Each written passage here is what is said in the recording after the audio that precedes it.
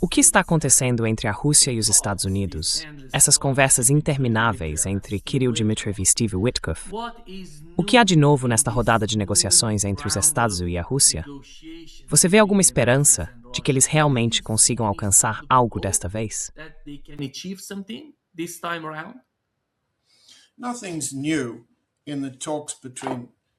Nada de novo nas conversas entre Kirill Dmitriev e o lado norte-americano. Vamos colocar isso em um contexto mais amplo. O contexto é Davos, mas isso é na verdade um símbolo da guerra entre os recursos de capital dos dois lados nessa luta internacional e global.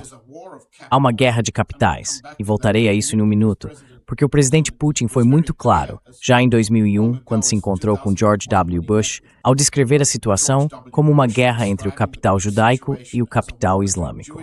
Voltarei a isso em um minuto.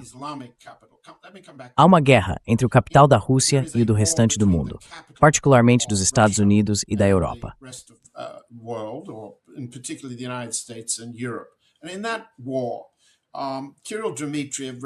E nessa guerra, Kirill Dmitriev representa o Fundo Russo de Investimento Direto, que é um pigmeu que representa cerca de 10 bilhões de dólares, em comparação com as verdadeiras reservas de capital da Noruega, que somam 1,8 trilhão de dólares.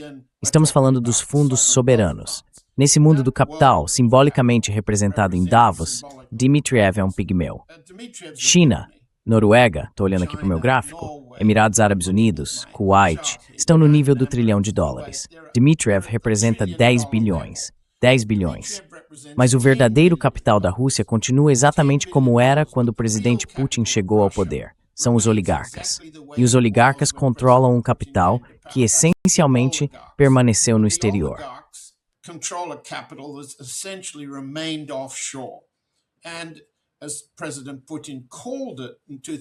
E como o presidente Putin chamou em 2001, capital judaico. Essa é a primeira parte. A segunda parte é que temos uma guerra marítima, uma guerra para controlar o comércio mundial, da qual a Groenlândia é uma parte importante, embora ainda pequena. É fundamental para quem controla a rota comercial do Ártico. Enquanto os britânicos controlam o Estreito de Gibraltar, que dá acesso ao Mediterrâneo, os Estados Unidos planejam controlar Suez, o Estreito de Hormuz e o Mar Vermelho, em aliança com Israel. Os estadunidenses também pretendem controlar o Panamá, como já sabemos, e o Estreito de Malaca, entre os oceanos Pacífico e Índico. Podemos continuar indefinidamente. E podemos voltar à guerra marítima, porque nessa guerra, a Grã-Bretanha, a Itália e os países bálticos estão todos alinhados com os Estados Unidos para atacar os petroleiros russos.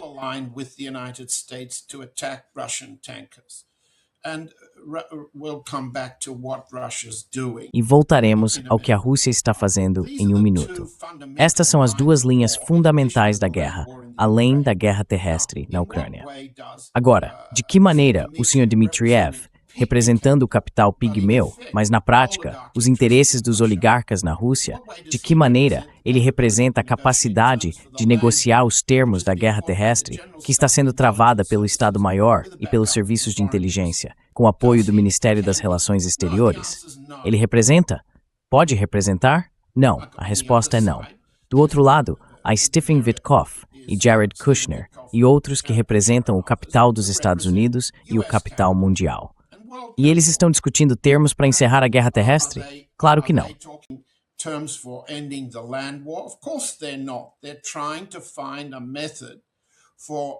Eles estão tentando encontrar uma maneira de controlar o capital russo para os propósitos que o presidente Trump e os europeus compartilham. Continuo enfatizando, como já dissemos antes, que a ideia de uma divisão entre a Europa e os Estados Unidos nessas questões fundamentais é exagerada. A Europa e os Estados Unidos estão unidos em atacar a Rússia, em terra, no campo de batalha ucraniano e em outros teatros, avançando para o norte em direção ao Ártico. Então, qual é a pretensão? É a pretensão do pigmeu de negociar os termos para encerrar a guerra terrestre. Isso é uma pretensão. Não vai conseguir resolver nenhum dos problemas fundamentais, porque Dmitriev representa uma força dentro da Rússia que já quer retomar os negócios como de costume e se tornar dependente nesta guerra, não independente. not independent. Yeah. John, do you feel that John, você acha que... Bem, você mencionou que a Europa e os Estados Unidos estão ambos envolvidos na Ucrânia e que estão seguindo o mesmo tipo de política. Mas, quando se trata da Groenlândia, não dá para ignorar as diferenças entre os Estados Unidos e os europeus. Até que ponto isso representa uma ameaça para o futuro da OTAN? How much of a threat is that for the future of NATO? Well, let's start with the basics. Bem, vamos começar pelo básico. Sergei Lavrov, o ministro das Relações Exteriores da Rússia, acabou de fazer seu balanço anual da situação diplomática e do histórico da Rússia, e tentou afirmar que a Rússia não é ameaçada por nem ameaça a Groenlândia. O mesmo vale para os chineses. Mas essa não é a percepção dos Estados Unidos e da Europa juntos. A Groenlândia é a chave para o controle de longo prazo da rota de transporte do Ártico, ou a Rota do Norte, como é conhecida na Rússia. Até que o Ministério das Relações Exteriores e o Kremlin reconheçam abertamente o que é óbvio, isso representa um ataque em um novo campo de batalha que ameaça a Rússia.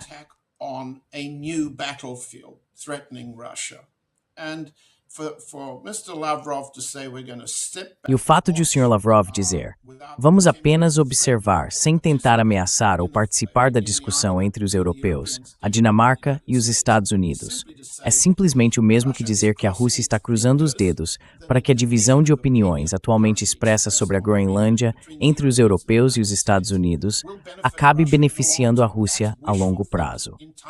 Isso é puro desejo, um desejo totalmente ilusório. A publicidade que você mencionou é completamente exagerada. Sim, os groenlandeses querem independência da Dinamarca, da União Europeia e dos Estados Unidos. Eles querem isso, obviamente, e o dizem com eloquência e clareza.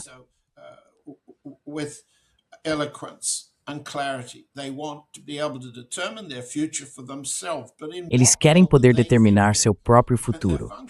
Mas em que mundo eles acham que estão operando? Obviamente, eles entendem que os Estados Unidos vão, com certeza, usar a Groenlândia como base militar para expandir seu poder no Ártico e ameaçar a Rússia. É o contrário. Até que a Rússia diga que é isso que está acontecendo, é uma ilusão, certo? Segundo, a Rússia pode tirar algum proveito da disputa na imprensa entre os europeus, os dinamarqueses e os Estados Unidos sobre essa questão? Não, não pode. E nem os chineses. Os russos e os chineses são tão fracos retoricamente nesse argumento quanto foram em relação à Venezuela, ou quanto são em relação a Gaza.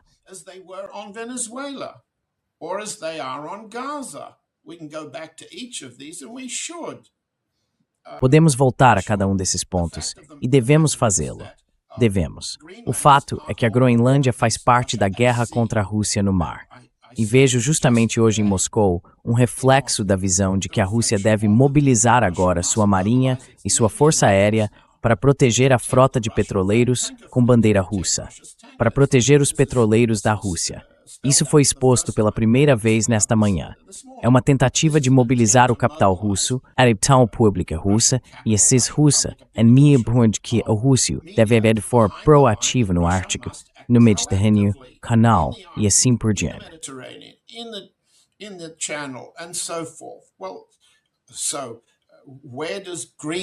Bem, então onde a Groenlândia se encaixa nisso? A resposta é: se a Rússia não agir de forma proativa, será forçada a agir. Este é o novo palco após o fim da guerra na Ucrânia. Mas a guerra na Ucrânia não vai acabar tão cedo, e podemos voltar a esse ponto também. Por que a guerra na Ucrânia não está terminando? Sob a pressão crescente no terreno da campanha de guerra elétrica que está derrubando a energia no oeste da Ucrânia, no centro de tomada de decisão do país. Por que os Estados Unidos e os europeus não conseguem chegar a um acordo preciso para pausar ou encerrar a guerra na Ucrânia, em termos que garantam segurança de longo prazo? As raízes da crise, como os russos chamam.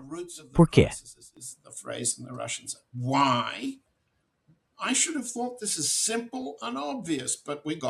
Eu teria pensado que isso era simples e óbvio, mas precisamos dizer novamente. Você está no Irã. Você entende, aceitou e declara publicamente que o Irã está sob ameaça permanente tanto de uma mudança de regime interna quanto de um ataque externo pelos aliados. Todos eles, certo?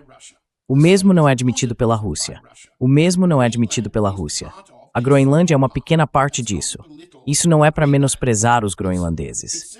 É simplesmente para dizer que é absurdo acreditar que a Dinamarca, uma das forças mais hostis e anti-russas da Europa, obteria qualquer tipo de apoio da Rússia, ou que a Dinamarca se separaria e se oporia aos Estados Unidos na guerra de longo prazo contra a Rússia.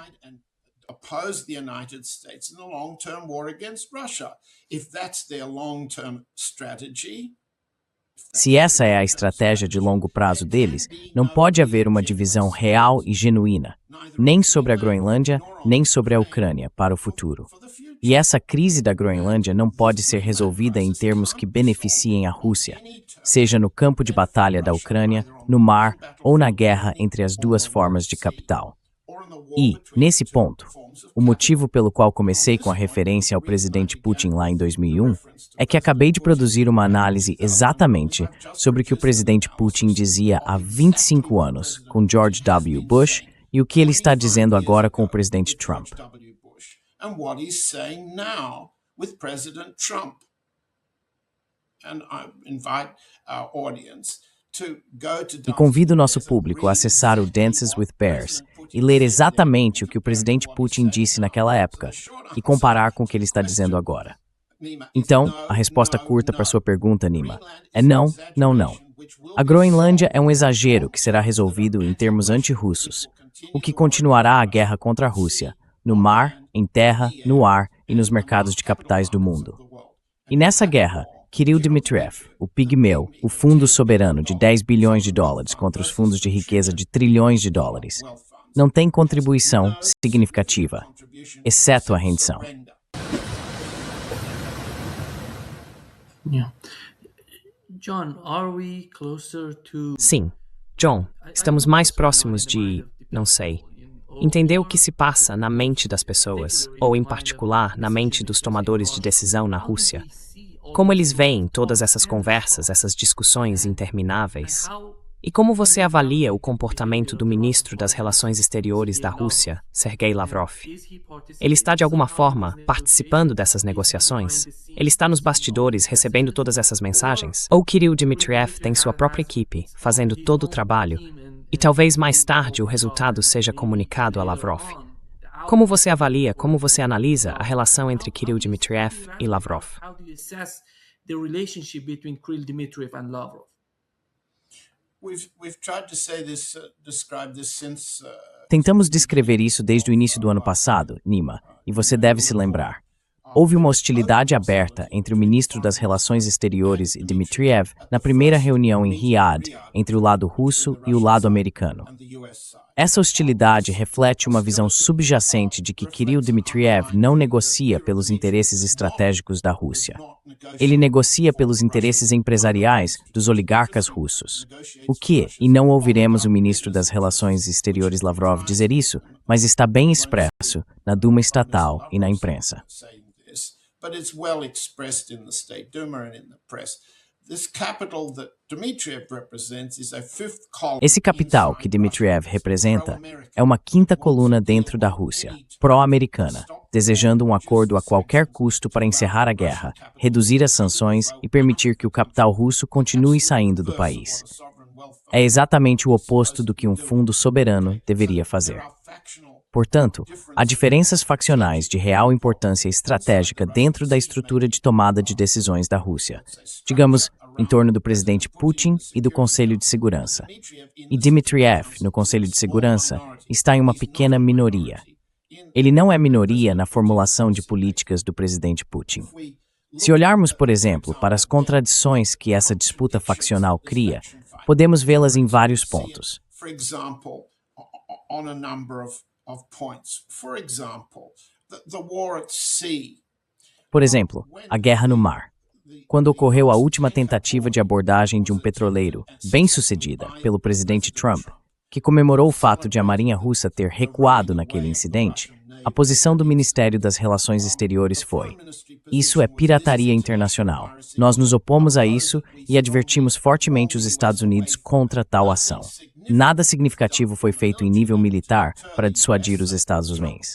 Então Trump agiu, unilateralmente. Depois, a porta-voz de Lavrov, Maria Zakharova, agradeceu a Trump e aos Estados Unidos por concordarem em libertar os 2 cidadãos russos a bordo do navio. Ela agradeceu aos piratas. Isso é uma contradição clara com a linha política.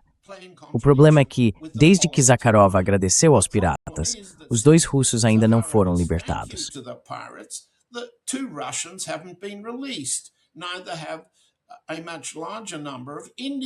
Nem aquele navio-tanque tem um número muito maior de tripulantes indianos. Na verdade, as interceptações de petroleiros estão acontecendo em vários mares agora, incluindo a interceptação alemã de um navio-tanque russo e a apreensão italiana de um navio de carga russo. Isso está escalando. Então, graças aos piratas, essa foi a narrativa que Zakharova tentou há alguns dias, ela fracassou. Hoje vemos que o Ministério das Relações Exteriores está tentando endurecer sua posição. Mas até que haja um componente militar russo para dissuadir a interceptação de petroleiros e embarcações com bandeira russa, nada do que o Ministério das Relações Exteriores diz é eficaz. É conversa vazia.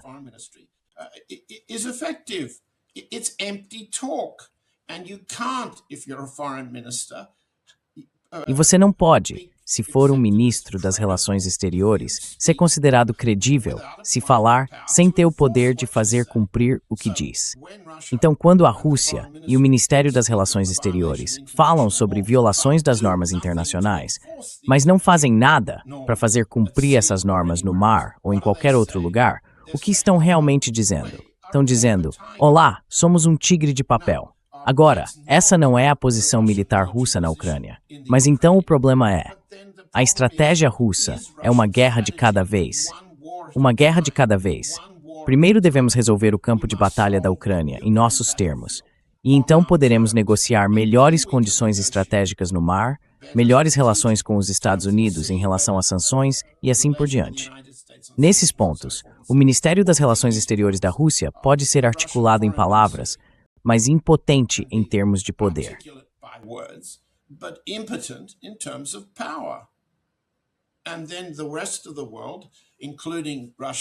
E então o restante do mundo, incluindo os aliados da Rússia, os aliados do BRICS, sejam eles Índia, China, Coreia do Norte, Irã, Venezuela ou Cuba agora, precisa se perguntar: as garantias da Rússia, no papel e em público, em palavras, serão respaldadas por poder militar, o apoio necessário para dissuadir ou bloquear uma combinação entre europeus e americanos? Essa pergunta está sendo feita de Cuba a Venezuela, até a Groenlândia, em todos os lugares, inclusive onde você está, no Irã. Então espero ter respondido a sua pergunta. No momento, não temos base para entender como as diferenças faccionais em Moscou serão resolvidas, seja em termos que seriam, digamos, suficientes para encerrar a guerra na Ucrânia, ou em termos que seriam suficientes para encerrar qualquer uma das outras frentes dessa guerra contra a Rússia.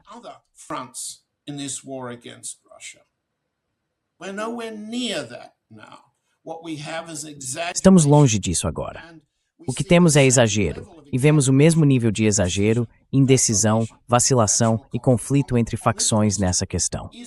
A Rússia deve aceitar o convite do presidente Trump para que o Sr. Putin sente no BOP, o Conselho da Paz, para supervisionar o genocídio e a transferência do território palestino em Gaza para o controle do capital norte-americano, do capital israelense e de seus aliados do Canadá à Europa. Por um lado, vemos o Sr. Peskov anunciando que o presidente Putin se sente lisonjeado e satisfeito por ter sido convidado a integrar o Conselho. Por outro lado, há certa falta de clareza do lado russo, começando pelo Ministério das Relações Exteriores, sobre se esse é um conselho de fantoches criado para implementar e carimbar decisões tomadas em outro lugar.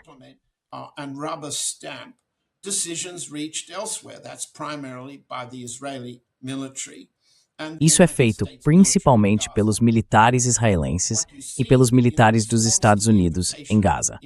O que se vê na resposta ao convite em Moscou é o mesmo que em Minsk, na Bielorrússia, porque Lukashenko, o presidente da Bielorrússia, também foi convidado.